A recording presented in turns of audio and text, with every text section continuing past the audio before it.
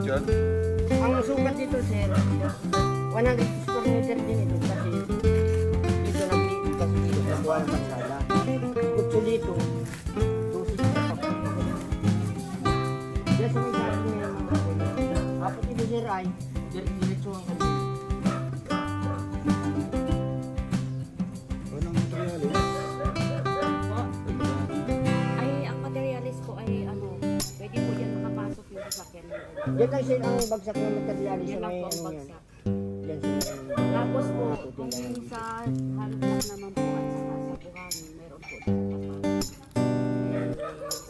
Nilalag niyo po. Talagang makakapasok yun. Kasi may panglapot naman po sila. Yung chariot. Wala nang panungkit. Kailangan putulin. Puno. Sayang ano? May panungkit ka na po. Ay, ito yung ano. Kasama to? Kasama po ito sir. Saka ito puno na ito. Putulin sa sundo.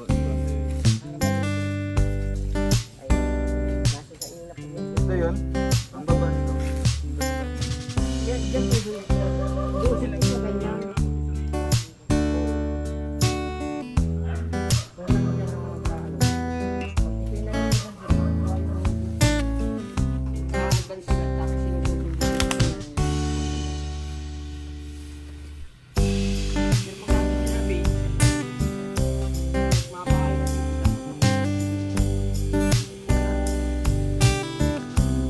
Okay man yung lugar, guys. Okay man yung lugar. Okay muna. Malapit lang din naman, di ba?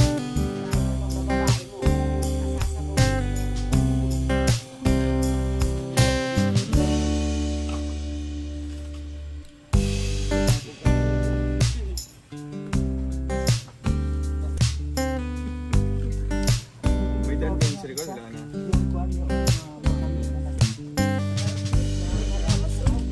Oo. Masabaw.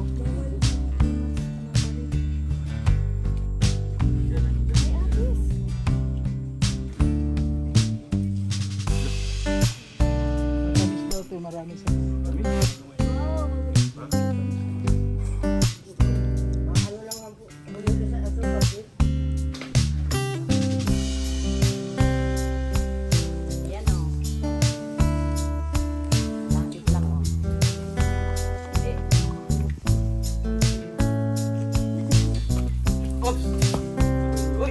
Ay, sayang. wag mo na hindi ang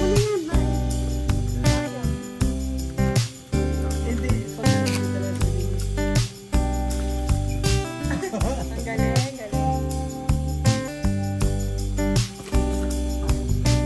yan na ito po Ganyan lang. Haluin mo rin. Hawakan mo muna.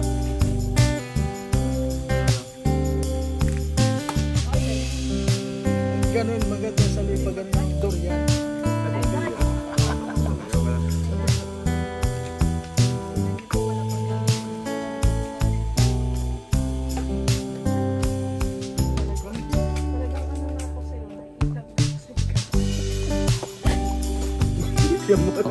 Ay, si Kuya Mario, sayang.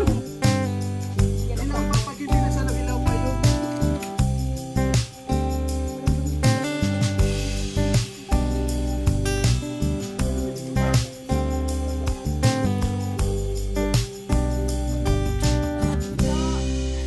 Ngayon kung matamis. Nahingi ka ni Lukban, Made. Kung matamis. Hindi, buwan-buwan. Kukunin natin, harbisin na ibenta natin. Sabi ba?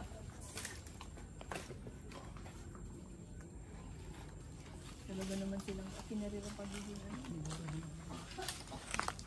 ang balakubal.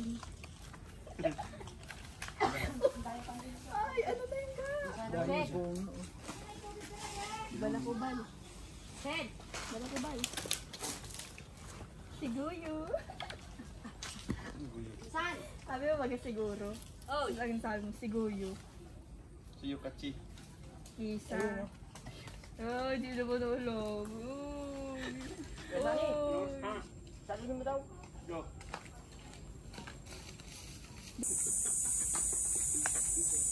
Kagaya kaya ng Davao yan. May ano siya eh, may buto eh.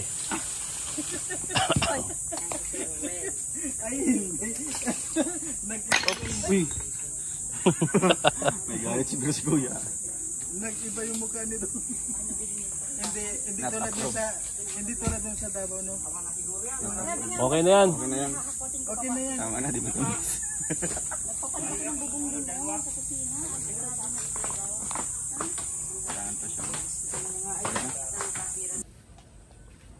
So, ayan, Ate Maribel.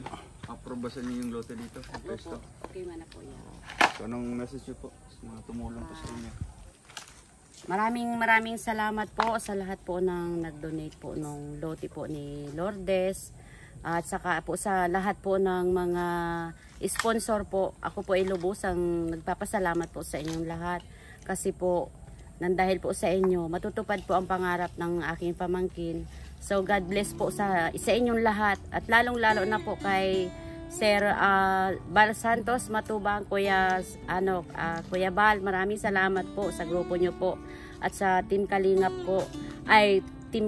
po, kay lalo na rin po kay Kuya Marios at kay Sir Ruel at kay Ma'am Rachel po. Maraming salamat po sa inyong lahat. Hindi ko po makakalimutan po. God bless po talaga. Diyos na po ang bahala sa inyong magbalik po ng inyo pong naitulong po sa amin. Marami pong salamat. Thank you po. Anong payo niyo po sa mga pamangkin niyo? Lourdes, ang hinihiling ko sana sa iyo, anak ko. Ito anak ko at natupad na anak ko yung matutupad na anak ko yung pangarap ko para sa inyo.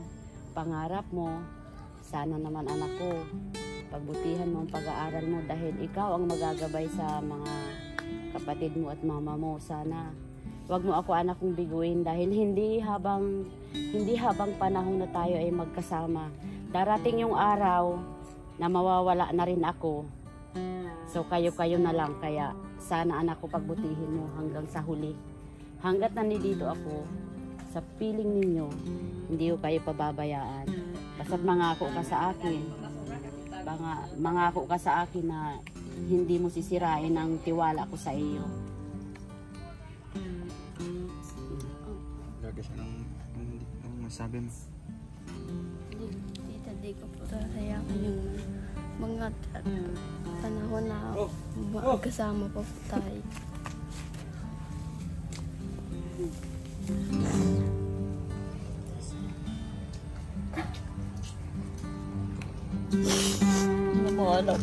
Mahal mo kayo, kaya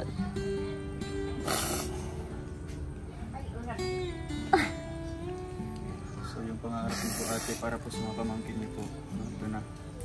Maraming salamat po sa mga tumutulong po sa amin. Kahit pa paano, may ibsa na rin po yung agam-agam ko, araw-araw. Kahit pa paano, sir, matatahimik na rin po yung isip ko na hindi ko na aalalahanin sila kung saan sila titira. Paano kung ako ay biglang mawala. Baga po, hindi naman baga po natin inaasahan yung mga time na biglang pagkakasakit, maiwan ko sila. So paano na po sila kung ganun na bilang maiwanan ko sa kanilang sitwasyon. Siguro po kahit sa kabilang buhay, hindi rin ako matatahimik kung maiiwan ko sila sa dating posisyon pa rin po. Kaya po maraming salamat po sa mga tumutulong po, at least po matutupad na po yung pangarap ko para sa pamangkin ko. Hindi man po sa akin ang galing, sa inyo po nang galing sa mga tumutulong po. Ako po ay taos-puso po sa inyo nagpapasalamat.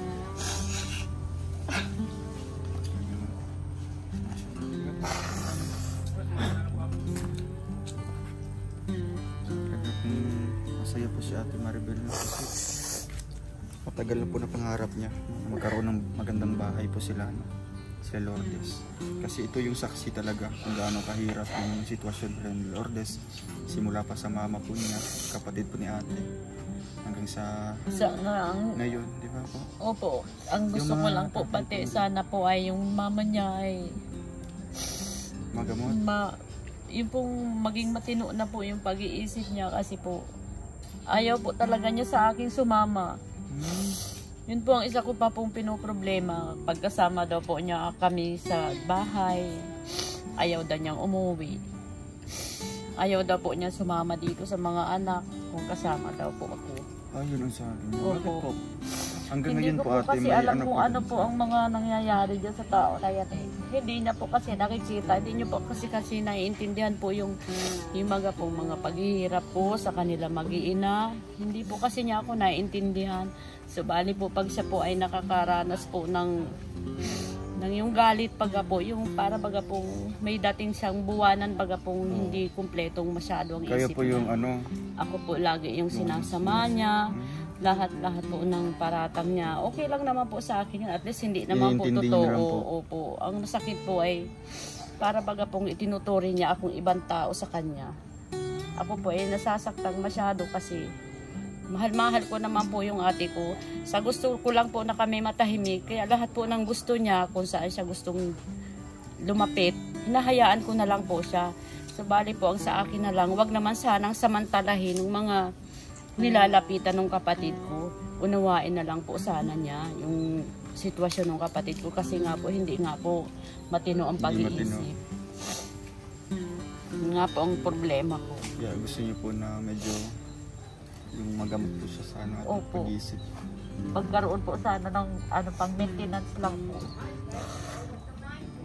Kasi yung gagawin din nating bahay dito is bali ano siya, yung magkahiwalay po yung ano niyo po. Opo. Yan po ang ipaunawa niyo po. Sabihin niyo po na magkahiwalay po ang inyong mga bahay, ng inyong mga kwarto. Pero isang ano pa rin kayo. Opo, isang bahay pa rin po. Kasi kayo naman po yung nag-alaga nito. Po. Kayo po? Opo, Kada ako po. umaga, nagasikaso.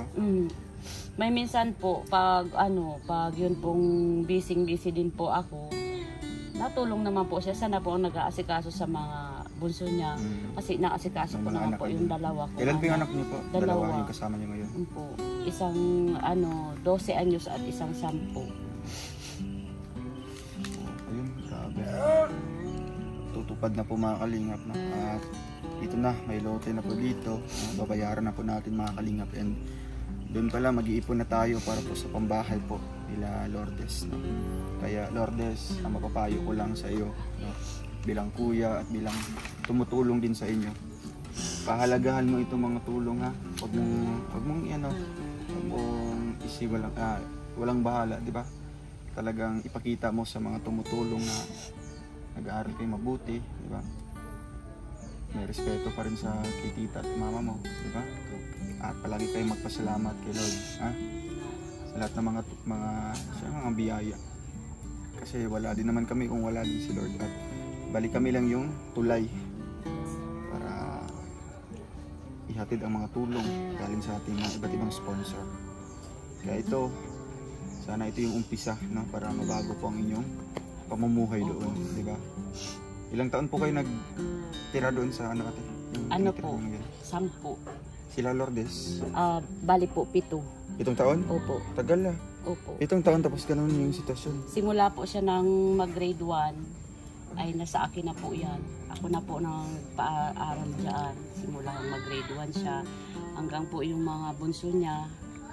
Tapos yun nga po, ay munti ko na pong makalimutan. Yung pong pinakabunso nila, si Bernie po, ang nagparehistro po noon ay yun po si Kuya Mario. Kuya Mario, maraming salamat po.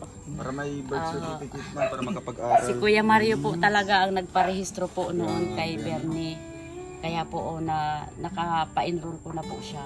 So bali ngayon pong taon, si Bernie po ay grade 1 na. Grade 1 na siya ngayon. Kaya Kuya Mario, maraming salamat ulit po sa Kuya iyo. Mar, anong message niyo po Kuya Mar? Talagang isang malaking achievement ito kay Kuya Mario, no? Mga tinutulungan pa ni Kuya Mario na nilapit sa atin ay talagang nabigyan ng pansin, di ba? Kagaya nito nila Lourdes. Kuya Mar, anong message niyo po sa mga tumutulong at sa mga patuloy pang tumutulong dito sa pamilya nito? Siyempre, unang-una, napakasaya ko rin dahil sa pamamagitan din natin ay mababago yung kanilang takbo ng buhay. Kaya itong ginagawa lang naman natin ay para makatulong. Kaya pasalamat tayo kay Lord. At sa lahat ng mga sponsor, ano po, sana huwag kayong magsawa na tumulong sa ating mga kababayan, lalo na po sa tulad nila na wala na pong mga kakayanan na makapagpagawa ng mga bahay. Kaya sana po huwag po tayong magsasawa na tumulong sa mga may hirap. Hindi lang po sana silang ating matulungan, sana po marami pa tayong matulungan. Maraming pong salamat sa inyo lahat. Yun. Kaya po ate, ang inyong pangarap po na bahay para po sa kanila, di ba? Ito na, malapit nang matupad, malapit na po natin makita. Kaya malay mo, Lourdes, pagbutihin mo yung pag-aaral mo. Kasi may mga tutulong din sa'yo para sa pag-aaral mo. Ha? Kung bigyan ka ng scholar, di ba? Kaya focus ka sa pag-aaral mo kasi ikaw yung pag-asa ng mga kapatid mo, di ba? Si tita mo, hindi pangabang buhay na andyan, di ba? May sariling pamilya din yan. Kaya ikaw, talagang ikaw yung dapat na umunawa, ikaw yung dapat na magsumikap para sa pamilya mo. Okay ba yan? So, ayun. Salamat po sa lahat mga kalingap, no? And abangan nyo po ang next update natin dito sa pamilya ni Lourdes. Hanggang sa magkaroon po ng magandang bahay, pulido, no? Papagandahin natin yan, yung bahay nyo po, para pang habang buhay na pong tirahan. Kasi syempre, sariling lote nyo na po ito, no? Ano ba magiging hanap buhay nyo dito, ate? Bali po, may yung pong kubo ko doon sa labas, ay yayariin ko pa po yun. At doon po ako magninegosyo. So bali po, yung pong may-ari, nagpaalam naman po ako na kung maaari ay wag mo na po akong paalisin. At kasi kako ay may mga eskwela nga po ako ay magninegosyo ako. Ay ang sabi po nila sa akin, ay sige po ate, basta po anya pagkailangan ko na po anya yan lote at mabenta na, papaalisin ko na anya kayo. Pero wala anya kayo sisingilin sa akin sa mga tanim. Abi ko naman po ay okay lang naman po kako sa amin kako na kami po ay napayagan niyo po kami na patirahin diyan. At least po kako ay kahit papaano ay makakapaghanap buhay po ako ng maayos at may maisusuporta naman po ako doon sa mga pamangkin ko. Ay sabi mo po nung may-ari sa akin, ay sige na po ate, at ikaw pala po anya ay wala kang asawa, ay nasa sa iyo na po anya. Basta pag kailangan na po namin yung lote, ay aalis na po. Alis na po kayo. Sabi ko sige po, at yung po mga tanim-tanim po namin dyan, mga saging, puno, di naman na po kako namin yung pababayaran kasi nakinabang na po kami dun sa Kayo po nagtanim nun? Kayo po? Opo. Yung mga puno. So dito, anong pwedeng makuha nila mga produktong mga pako, ganun? Ay opo, magtatanim-tanim na lang. Tanim kayo dito ng mga gulay? Kikitanim na lang po dyan sa mga lote-lote pag walang mga bahaya. Kasi malawak din naman itong 100 square meter. Diba? Pababa yan. Opo. Malinisan to, talagang ganda na po ito. Opo. Kaya, di ba dito delikado? Ay di ma'am po. Kalapit Kasi, po namin yun. Ano niyo po ito? Ay Kapitbahay? bali po, pinsan po yung aking namatay na asawa. So at least malapit po sa inyo, di ba? Opo. Meron kayong kakilala, kapitbahay po. Mabait Ikaw, naman okay po ba yan. dito yung lugar? Lourdes, okay ba sa inyo? Yung totoo. Baka napilitan ka lang ha? Baka napilitan. Hanap tayo yung iba. Okay.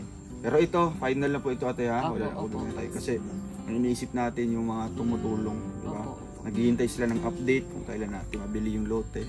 Kaya ito na mga kalingap, maghahanda na po tayo para sa bayaran na, no? Opo. Dito. Magkaroon na po sila ng papeles para po legal na po silang titira sa lote na ito. Kaya ayun. Salamat po sa lahat. At si ate, ay ano pong gagawin natin dito pag patayo ano po? Opo. Putulin na to? Opo, putulan po yan. Pati ito. Kasi ay, abutin po yung lukban na yan. Abutin talaga. Siyempre. Kasi po hindi man po pwedeng may kahoy sa Oo, puno. mas Sa maganda gitna. yung malinis talaga. So, ngayon pa lang, no? Harvestin nyo na pa ito kung may mga hinog. Opo. No? Ay, may mga hinog dyan. Pwede nyo ibenta doon. Opo. Mabinta nga po Mabenta yan. naman yun kasi may pasok naman ngayon. Kaya ayun. So, ayun, punta tayo doon sa may-ari. At makabukas, so balik kami para magbayad na. No? Opo, sige po. Kayo mauna. Picture map yung lote.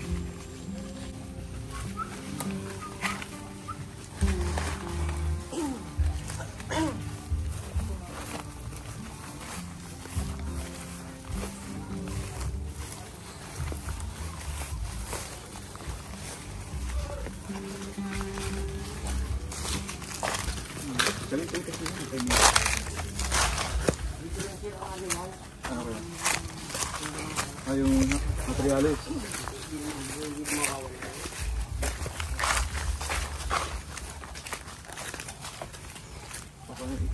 Walang kukuha dito. Ay, wala. Wala.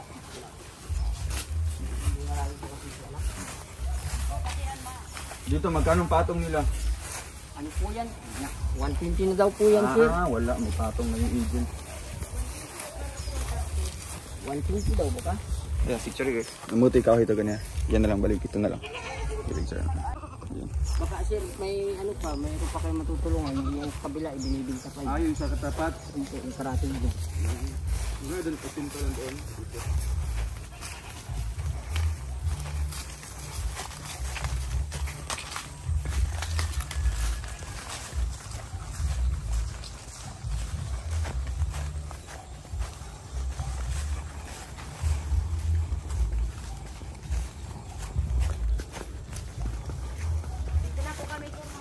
Sige.